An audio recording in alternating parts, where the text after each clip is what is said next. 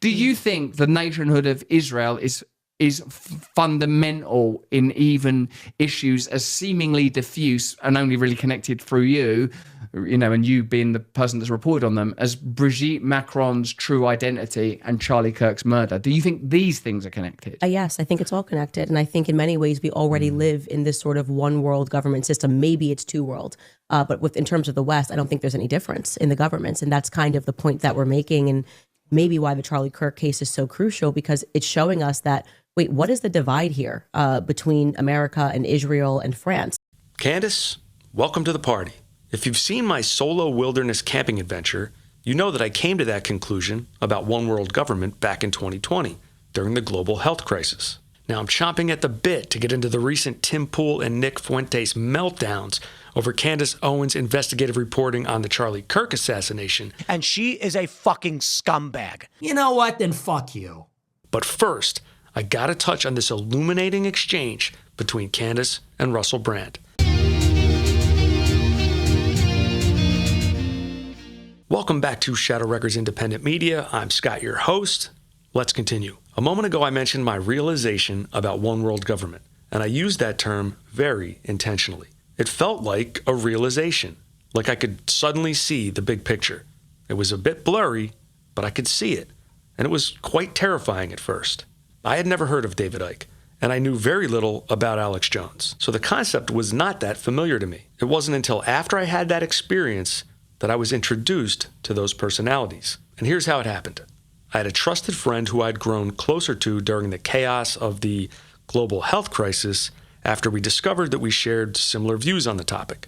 I described to her what I thought I was seeing, half expecting her to think I was crazy. Instead, she asked, "Have you ever listened to David Icke?" I hadn't. Now, I obviously have since, and Jones as well. I'm not going to get into what I think about the nuances of their individual worldviews, but I will say this. It was comforting to know I wasn't alone, that there was actually this large and growing community who recognized this behind-the-scenes global power faction. While I give a ton of respect to those trailblazers, and there were others before Icke and Jones, they were somewhat easy for a large percentage of the population to dismiss. That's why I'm pretty damned excited to see people like Candace Owens and Tucker Carlson dip their toes in these waters. I believe that there is some truth to what David Icke has said and what Alex Jones has said. People before them have said that there has been these dark, demonic, satanic cults. It's the reason why I started my book club, because I needed to understand where this was coming from in the only way that it can make sense, which is that these people are being guided by a theology. I believe this understanding accounts for the major difference between Candace's approach to the Charlie Kirk assassination story and that of, say, Tim Pool or Officer Brandon Tatum. Fuentes is another matter, a much more disingenuous matter if you ask me, and we'll get into that. If you're not familiar with the story, Candace Owens has been going hard in the paint with her investigative journalism regarding the assassination. She's not buying the official story, and she's been making a lot of people in the government, in Charlie's organization Turning Point USA, and in Charlie's inner circle feel very uncomfortable. She's ruffling a lot of feathers, and it's very likely that many of those ruffled had nothing to do with the assassination, nor a cover-up. That being said, when it comes to uncovering the truth about what many of us believe was an organized public execution, it's a small and necessary price to pay. Now that's my take, but Tim Pool would disagree. Let's hear what he has to say. If the Republicans lose in the midterms, I believe that Candace Owens is wholly responsible. She is one of the biggest podcasts on the right, doing everything to go to war with the organization that helped get Trump elected. Turning Point specifically was going out and registering people to vote. Without Charlie, it's in trouble. Turning Point needs to be able to go out and rally young people and register them to vote. And she's doing everything she can to destroy that. And that is going to, I suppose, it's going to rip out the coffers on the right. There is no organization like Turning Point that exists anywhere else that has the resources and the reach. And without Charlie, I'm not sure that they can make it. But I can tell you this, Candace lighting a Molotov and throwing it through the window is not helping. And it's the most demoralizing thing ever. Additionally, all of the fucking cowards on the right who are too scared to say anything about her, because she tweets at me talking shit or whatever, and then a bunch of people come and flood our chat. I could give a single flying fuck. You can come and you can burn everything I have to the ground, and I will happily live in a van down by the river. I don't care to be number one. I don't need to be number one. What I care about is what is true and what will help this country and what works. And she is a fucking scumbag, okay? And she's getting worse every day. And she crossed the line. She continually crosses the line every day, insinuating that Turning Point literally killed the guy who made them all rich. And I hear this in the streets, and at a certain point, I'm like, holy shit, we're gonna lose the midterms. We're gonna lose the midterms, then we're gonna lose in 2028, and it's because she's a piece of shit.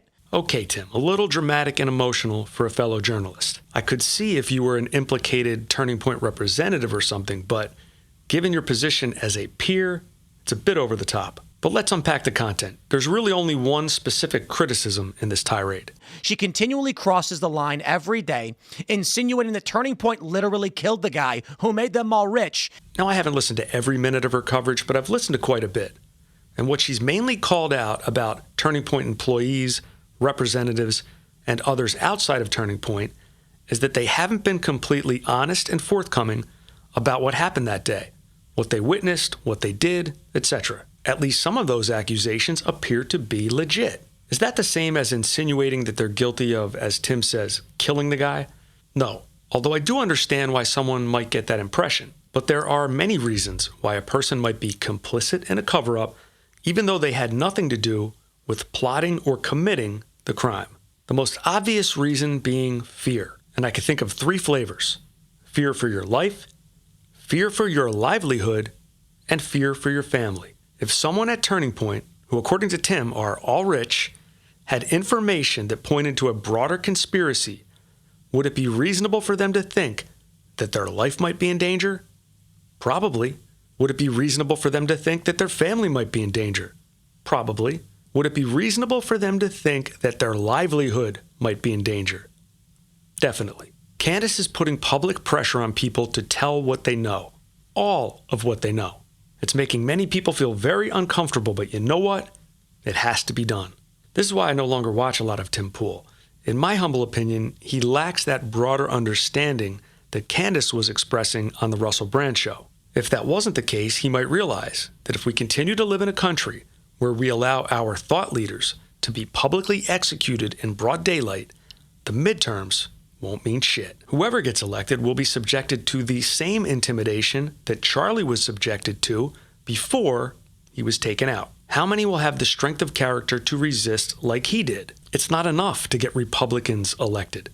We have to root out the corrupt forces that prevent our leaders from doing the right thing. Now, speaking of corrupt forces, this next clip had me asking a question I thought had been asked, answered, and put to bed. Is Nick Fuentes a Fed? So she says, I'm going to live stream the live stream and I'm going to fact check it in real time. Why? I think we all know why. She's totally full of shit. Let me give you some context. Candace received what I would call a half-hearted invite from Turning Point USA to attend a live stream where they would address the many questions she's been asking. Now, why do I say half-hearted? Well, they insisted she be there in person, even though they live stream virtual guests all the time. Now, she's in Nashville, they're in Phoenix, and they gave her one option with a 24-hour window to accept. It's the day of her live podcast. She's got 4 kids. I mean, give me a break. She still offered to cancel her podcast and attend the live stream virtually, an offer they rejected. Candace is one of the biggest podcasters in the world. You would have to expect to have to accommodate her schedule. Nick knows that, which is what makes his gaslighting so baffling. She doesn't care about the truth. If she did, she would go, no matter the cost. If she were really courageous and a truth teller, she would bootstrap it and she would say, wish me luck. She would kiss her husband when she walks out the door and say, it might not be coming back. And she would go and just fully send it and do it. Because if this is really, as she says, of cosmic, spiritual, geopolitical significance, you have to. And it's being offered up on a silver platter. You just have to. After talking all this shit, driving everybody against each other for the past 3 months, you got to do it. So clearly, she doesn't believe what she's saying as far as the significance of all of this. Secondly, I don't think she believes what she's saying about Turning Point. Why does she not want to go in person? Because if she goes in person, she might get caught on the back foot. She might find out that her whole theory was wrong and that all of her facts are wrong, and she might not be able to explain herself. If she's at home, she's not under pressure. What's more, she's got her producer in her ear, like she did when I was on her show, like she does on all her shows. What's the producer's name? Skylar? She's going to have Skylar in her ear. So when she mispronounces something or she gets something wrong, she's going to say, Skylar, what was that? And Skylar can be on AI. Skylar can be on Twitter, and he can help her out. She can have air support. That's what this is about. First off, Candace did not refuse to attend in person. She stated that she was unable to commit to be there in person on that particular day with only a 24-hour window to accept. If they would work with her on the schedule, she'd be there in person. That being said, I think offering to cancel her podcast and attend virtually was a reasonable compromise. Second, who cares if Skylar helps? This isn't a debate contest or some podcaster skills challenge. We're trying to get to the bottom of an assassination. Do I care if Candace needs notes or even help from her producer? No.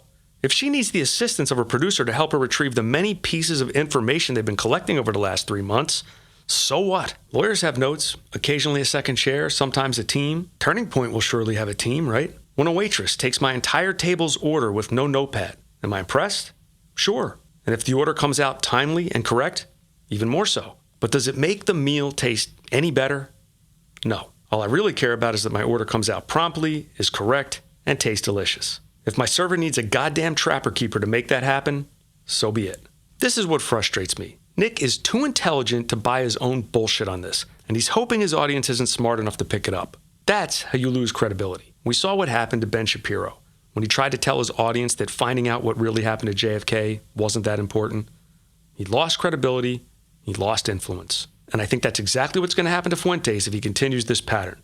But let's check out the worst of it. They said we're going to do a stream. You said name the time and place. They did. Now you're saying you can't go in person, but you can live stream it. And we all know why that is. But then she'll turn around and say, oh, I'm not a coward. They're just being weird. They announced it at midnight, so that's why I can't go. You can't go because they announced it at midnight? You can't go because you're seeing this on Twitter and not in your inbox? I mean, what are you even talking about?